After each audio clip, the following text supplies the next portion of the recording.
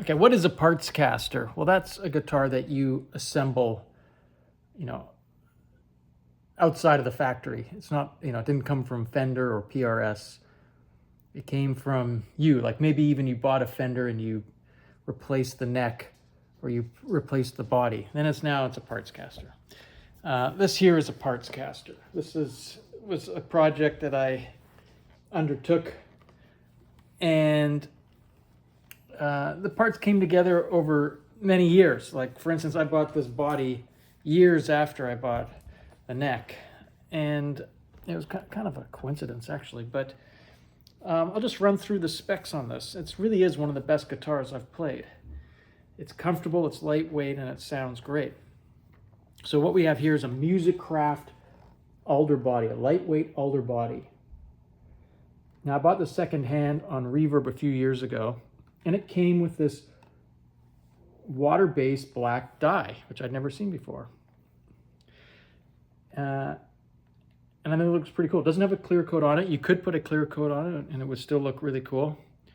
The grain on this particular alder body is unlike alder I've seen before. It's a two-piece construction. There's a seam here. I don't know if the camera picks it up, but you can see it in person. It's really attractive. It looks cool, and you can see where the point of contact is.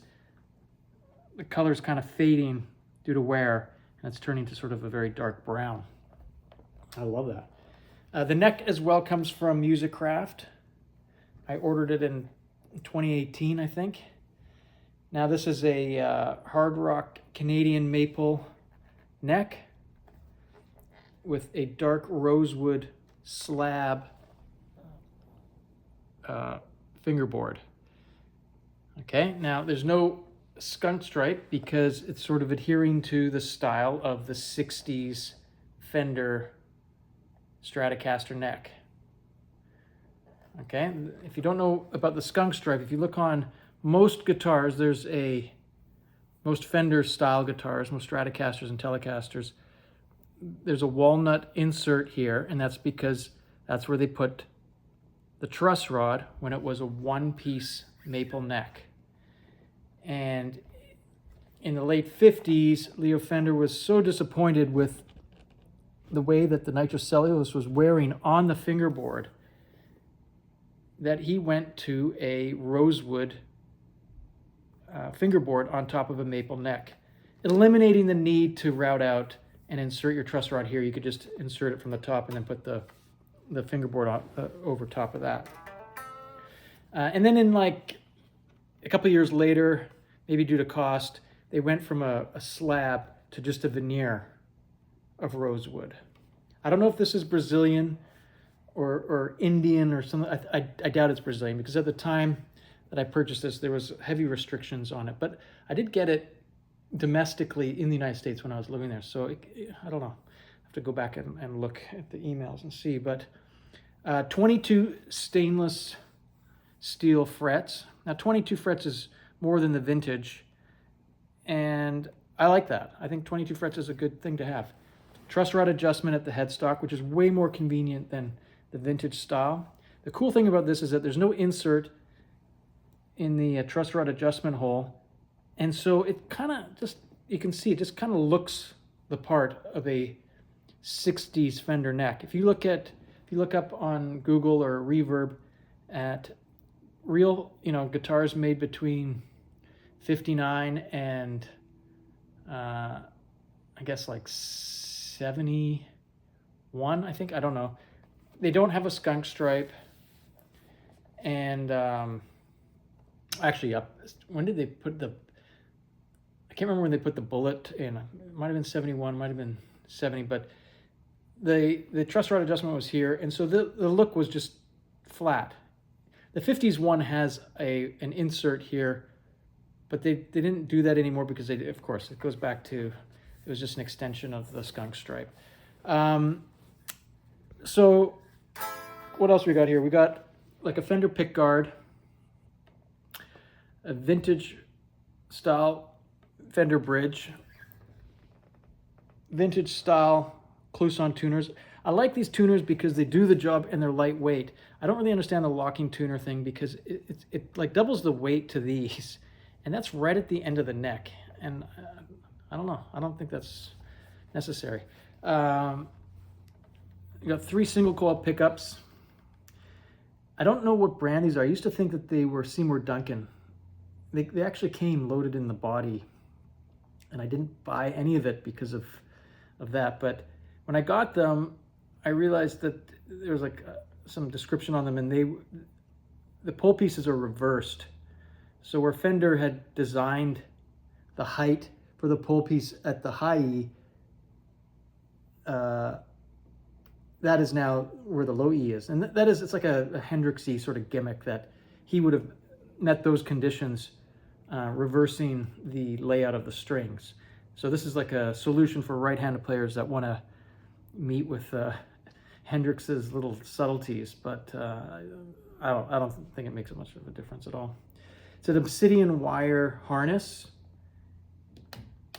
High quality. The selector just feels solid and good. You can hear it clicking in, and it's not flimsy and it's not delicate. I feel like I can do that all day and it won't break.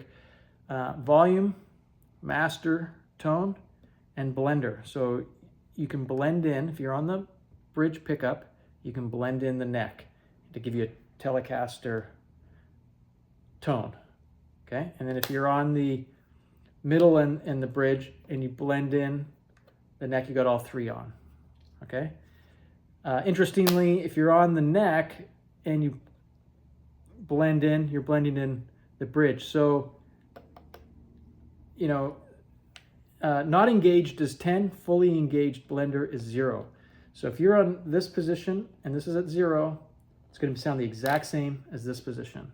Now, if you adjust this tone, you're blending in a different pickup. So it's going to change that part of it. But going full force, this is going to sound the exact same as this. Now, the point of this video is to just demonstrate the difference between a neck pickup and a neck with the bridge blended in. I'll show you the other settings too, but that's primarily what I'm looking at. Just to show people the difference between solely the neck and then the neck with the bridge. And now it's a configuration that most Strats don't have. But I think it's great. I think most pro players are starting to adopt some kind of either a button or a blender or something that does that. It's actually famously what David Gilmour had in the 70s, I think, or the late 70s. So I got this backing track that's in B flat minor. I'm going to play a B flat minor pentatonic over it to demonstrate the sounds. I'm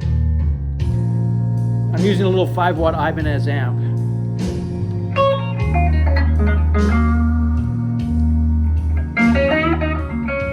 Okay, so this is just the neck.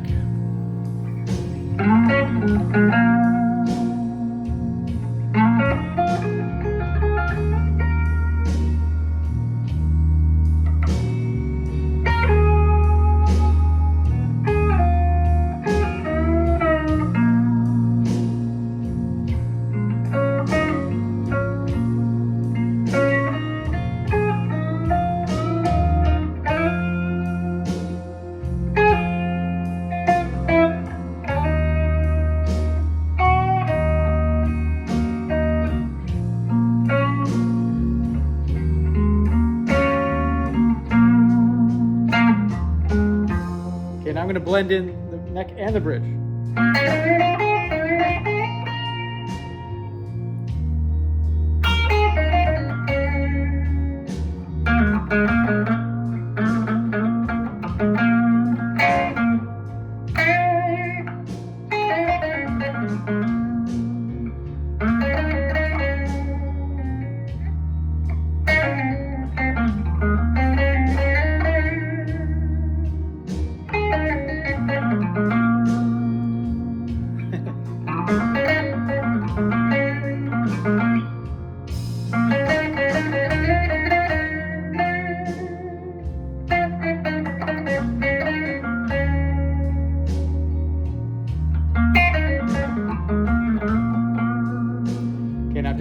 Just the neck.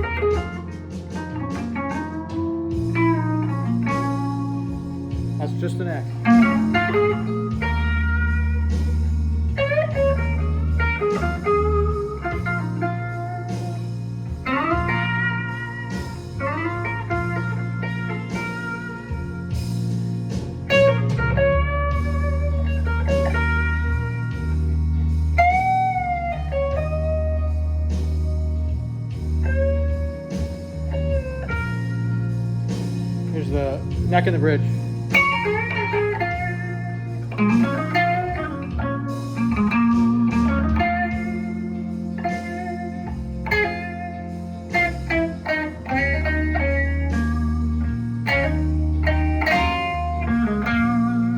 Just the neck. Neck and the bridge.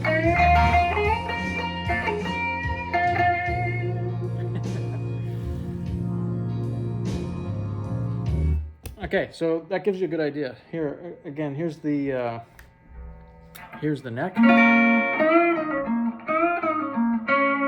Here's the neck and the bridge. And here's the bridge and the middle together. And here's all three.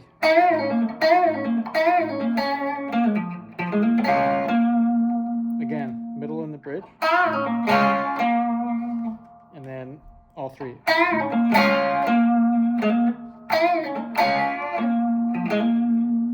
Sounds pretty cool. That's all three. Just the middle and bridge.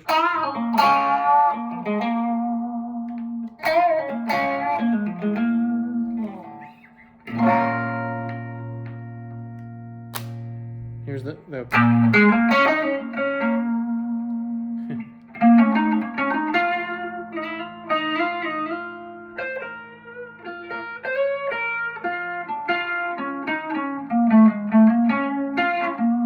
That's another thing to think about, is that when you play B minor here, B flat minor, sorry, it has a different sound to playing it here.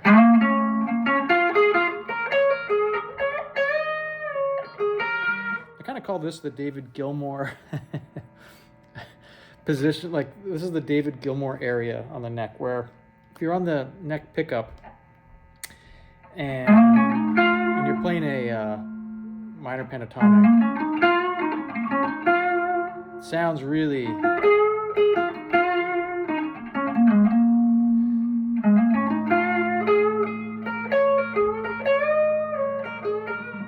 you just have to learn how to adjust from this here. Here's your flat third, your root, your flat seven, and your fifth. Now, think how different that sounds to this.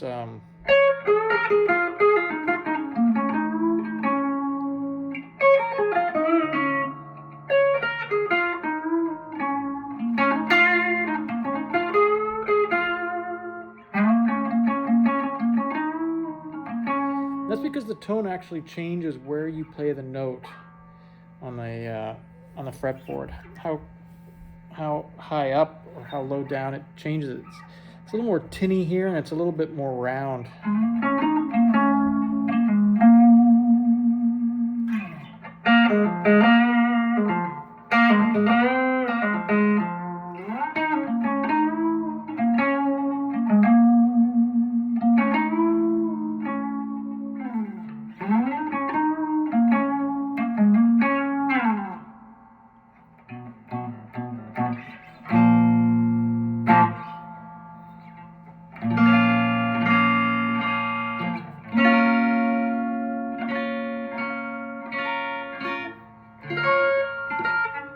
Oops.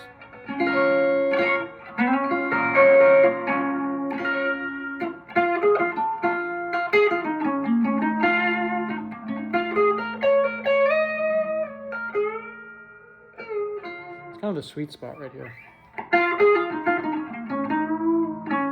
Excuse my bad notes.